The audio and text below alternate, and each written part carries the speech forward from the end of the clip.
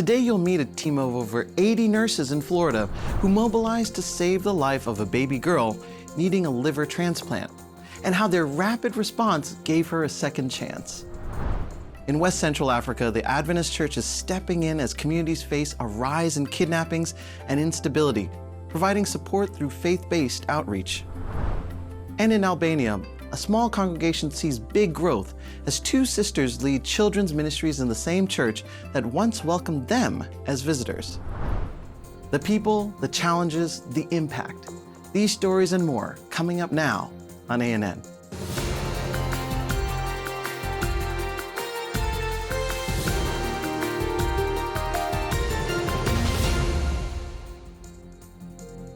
Welcome to ANN. We start this episode with news from Southwest Europe. In Albania, a country with a small Adventist presence, children's ministries are making a big impact, transforming lives and inspiring a new generation. Local churches are using these ministries to plant seeds of hope. Two sisters, Eugenia and Restiola Bregasi, grew up in a home where religion was discouraged, but found refuge in a small local Adventist church. My sister and I grew up on a family where we never prayed with our parents as kids. When I was 10 years old, I met for the first time in my life an Adventist pastor. Also, another Adventist family lived in the neighborhood of my cousins. I remember that my two cousins heard for the first time about God through the stories that this family told them, and they would do some Bible studies and they would pray together, and they invited my sister and my mom together with me so that we could be part of this small group. There, songs, stories, and smiles first planted seeds of faith that would eventually shape their life's mission.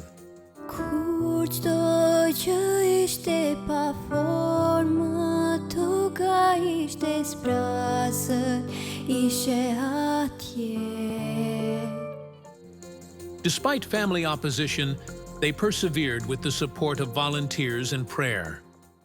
When the time was near to our baptism date, we realized that we had to talk with our parents about it. They denied it, of course, and they didn't even want to talk to us about it. And I remember we had the support of the whole church who prayed for us also. One day he came to us and then he said that it is very difficult for him to allow us to take this step in our relationship with Jesus, but at the end he understood that this is our decision, and that since he loved us so much, he couldn't take control of what we wanted so much to do. So he said that, well, you have my permission and then you can get baptized. Their decision to be baptized at the first Albanian mission Pathfinder Campori marked a turning point. In the beginning, our parents didn't want us to get baptized and get involved in the church. But now both our parents can see how much church has influenced us in a really positive way. So because of that, they also now have started to be more interested in Adventist church, and they are reading some of the books from Ellen White. Looking back now, we can see things that are impossible to us are not impossible to God. The day of my baptism was one of the most beautiful days of my life. Today, Eugenia and Restiola are active Adventist church leaders, a journey that began in a children's program. And their story isn't the only one. Across Albania, children's ministries are flourishing in diverse communities. At Tirana Central Church, children eagerly anticipate the annual summer camp, organized in partnership with ADRA Albania. More than just fun and crafts, the camp provides a meaningful environment for social and emotional growth. Volunteers from Albania and abroad help make it a success, sharing love and care in every detail. In Elbasan, weekly gatherings engage many children from non-Christian families with Bible stories and creative activities, fostering transformation. Korça's mountain region hosts lively Sunday programs, including a MasterChef activity promoting healthy eating, and shares God's love through Christmas gifts to over 200 children. In the nearby village of Dişnais, children, mostly from Muslim backgrounds, gather weekly for Bible stories, songs, and play. Local church leaders said that these initiatives focus on helping children consistently encounter Jesus through action, showing that even a small seed can make a difference. In Orlando, Florida, a team of doctors and nurses at Advent Health for Children fought to save a baby in need of a transplant.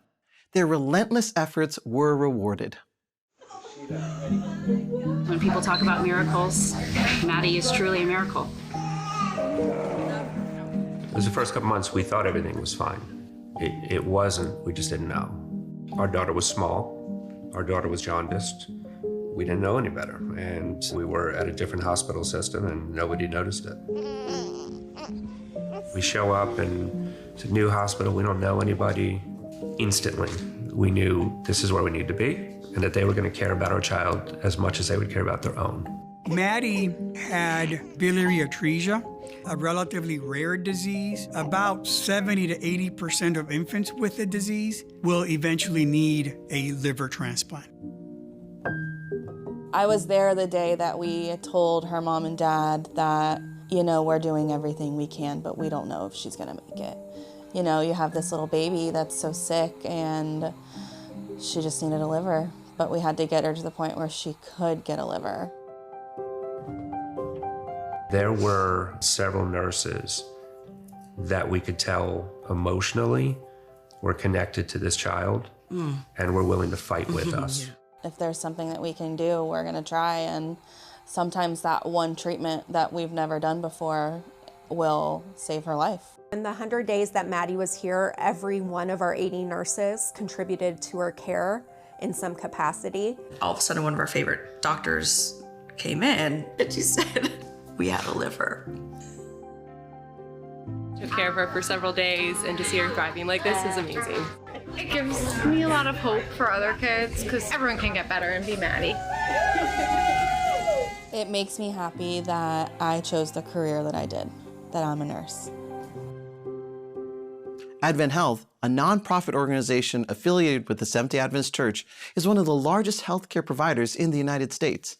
Its mission is to extend the healing ministry of Christ to all people. The Seventh-day Adventist Church has taken another step in its digital mission.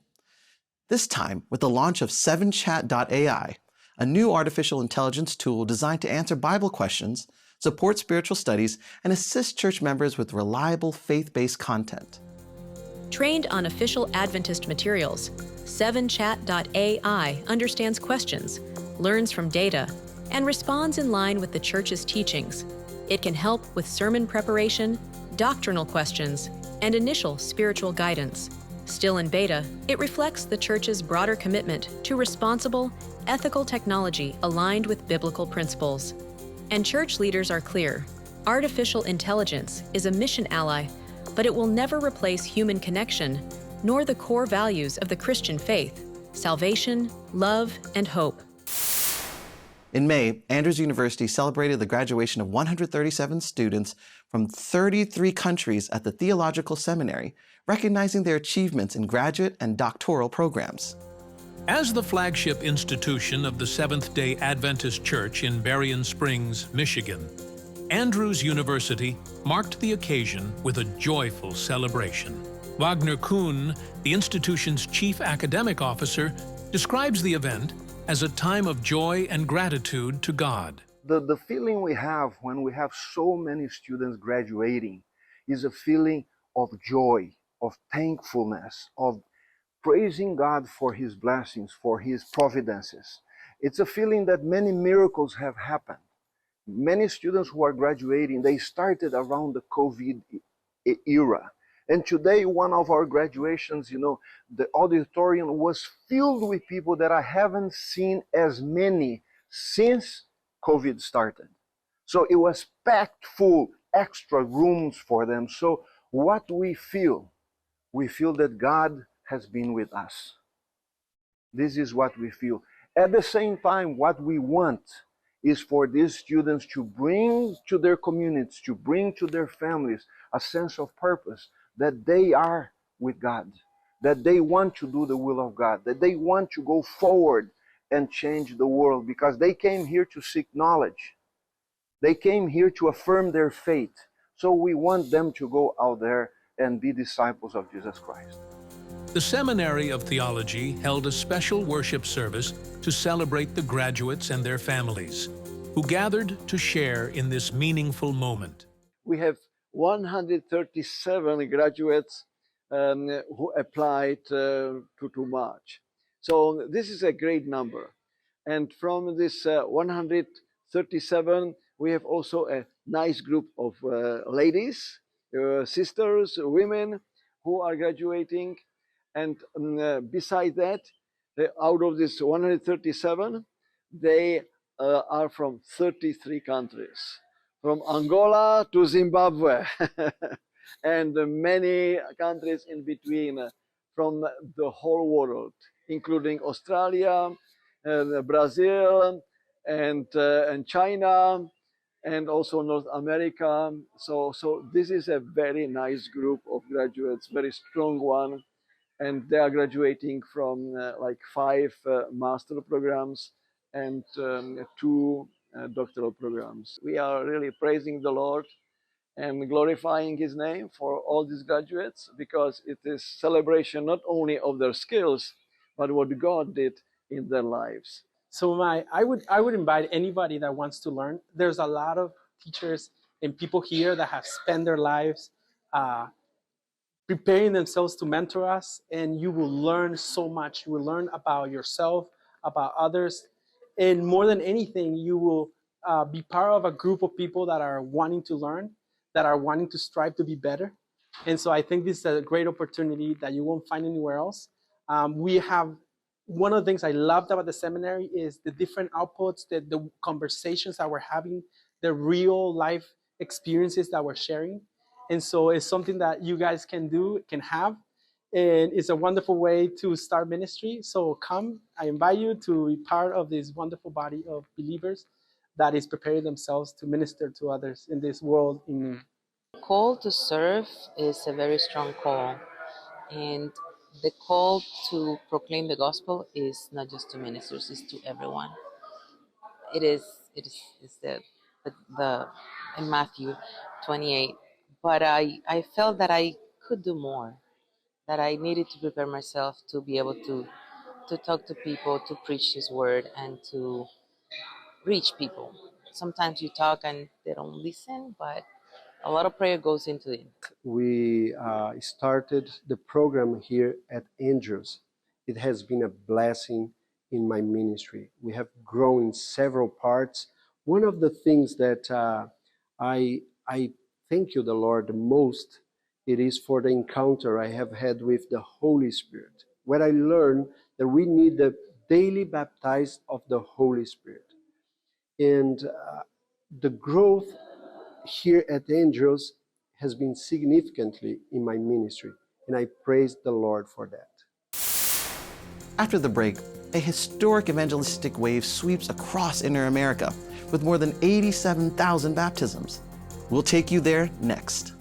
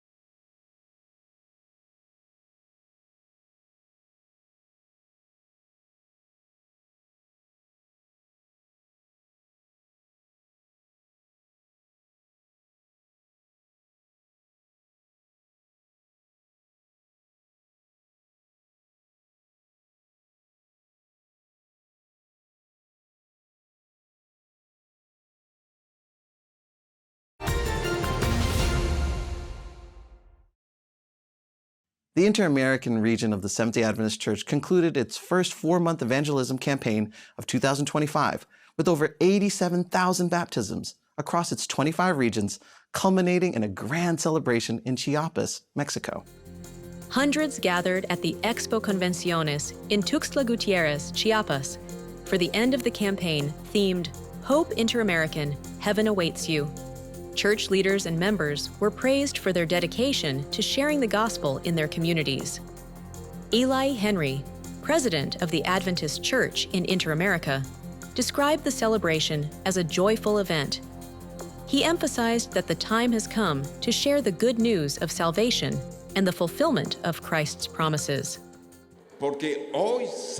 Because today, Saturday, we celebrate in Inter-America, where many are actively sharing the gospel. Many recognize that the time is now.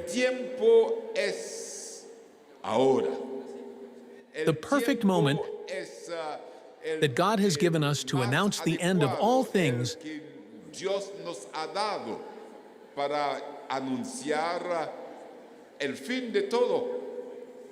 and to declare that He is coming back. Christ made a promise, and the God we serve always keeps His promises. He said, I will come again, and where I am, you will be. That's what Jesus promised. And that's what we are celebrating today. Here in this union, we remind each other, heaven awaits you. This promise is for you and for me. Dozens of new believers were baptized at the convention center during a live-streamed celebration, marking their public commitment to Christ. The program also featured drama performances and a musical concert by an Adventist choir.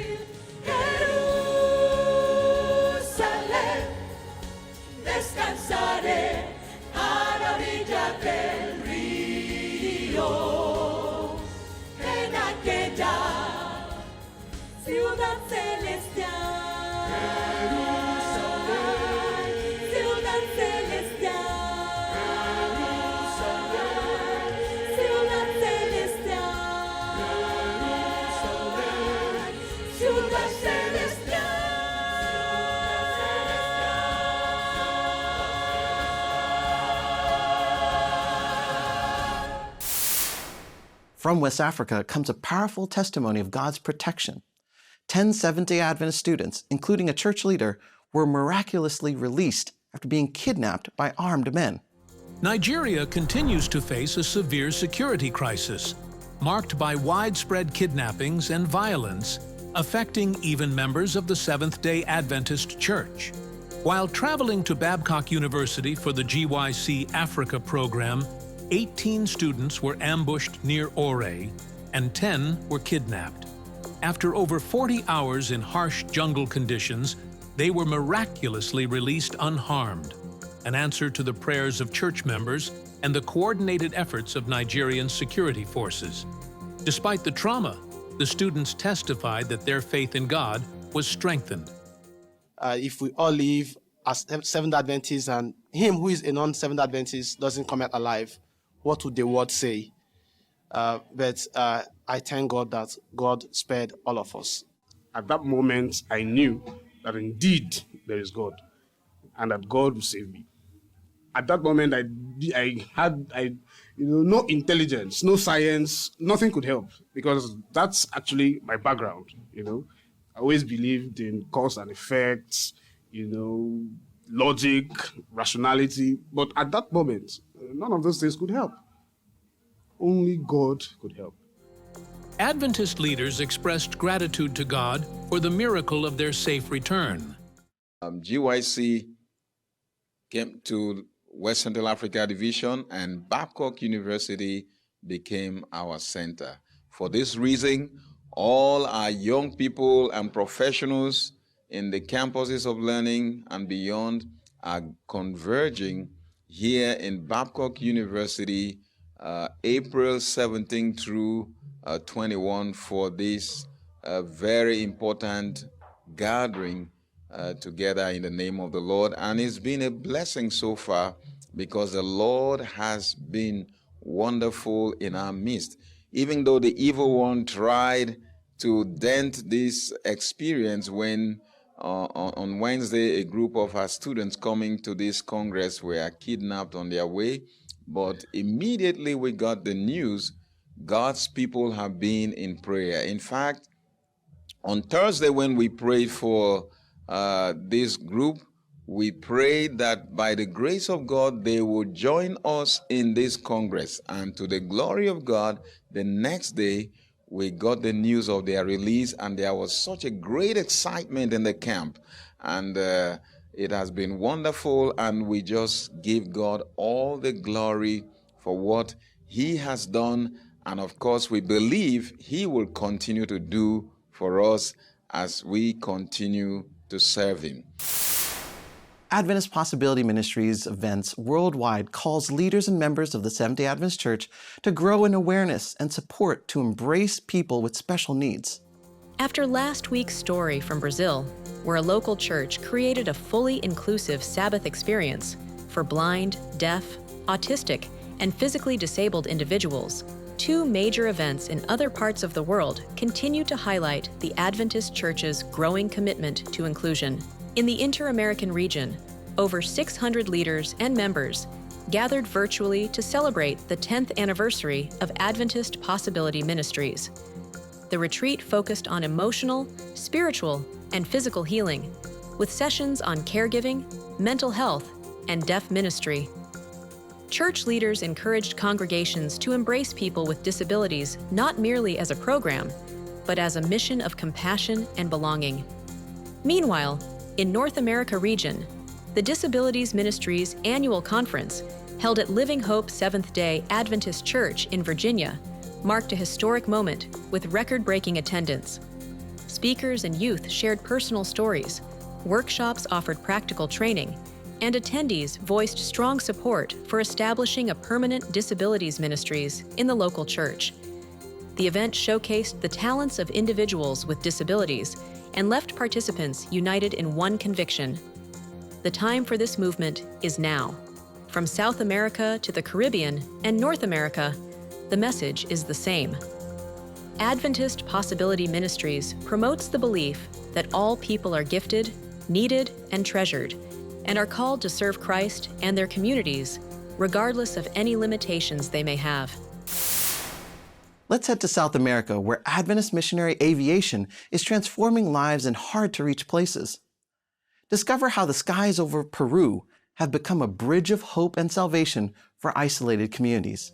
In a country with challenging geography like Peru, where mountains, rivers, and forests isolate many communities, the sky has become a vital road, and faith, the driving fuel.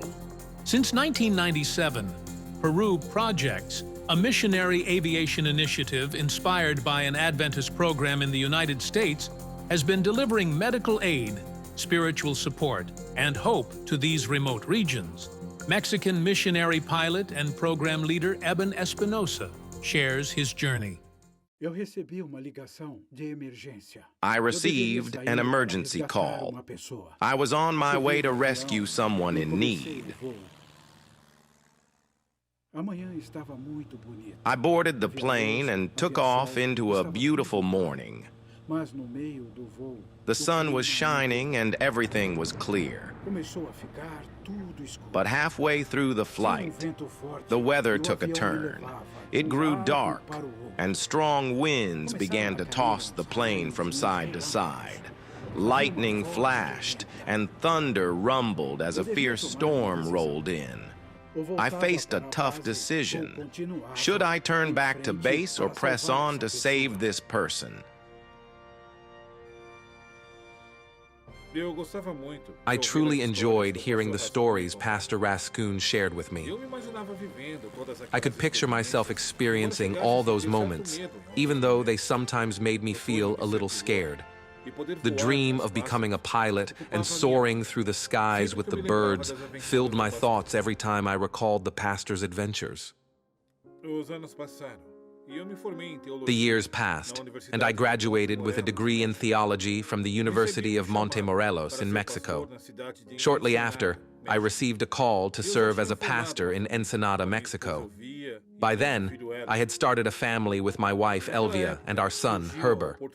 It was during this time that I had the chance to pursue a master's degree in divinity at Andrews University. It took 4 years of significant sacrifice from the entire family to afford the education.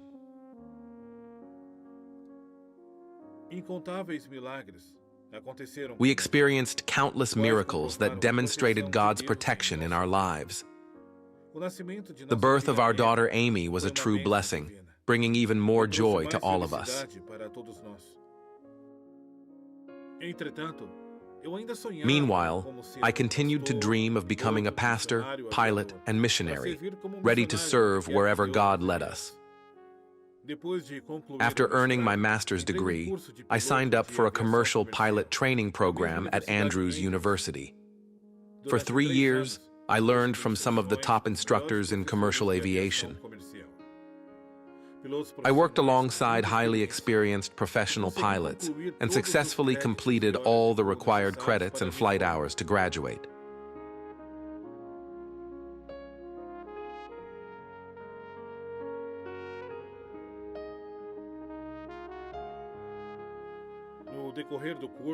Throughout the program, I also received training in aircraft mechanics, which proved essential for the opportunity I had been eagerly anticipating.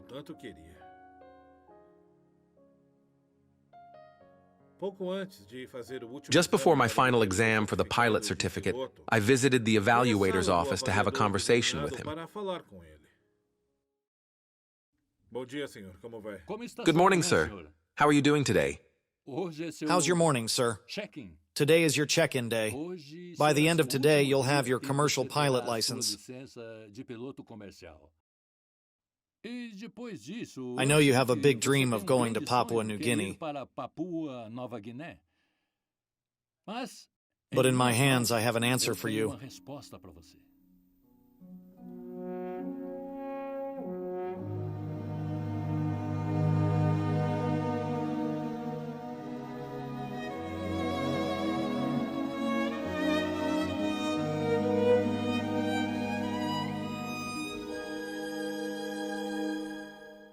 Don't miss the second part of this exciting mission story coming next week. Peru Projects, a supporting ministry of the Seventh-day Adventist Church, has been operating for over 20 years, providing vital emergency medical flights and support to remote jungle communities. In the United States, Advent Health is addressing Florida's nursing shortage by using a simulation lab that offers a safe, realistic environment for nurses to develop their skills. This hands-on training boosts their confidence and readiness for increased responsibilities. Hello. Hi, Alex. How are you feeling, Alex? So this was actually my first simulation, different from nursing school simulation because it was a live patient.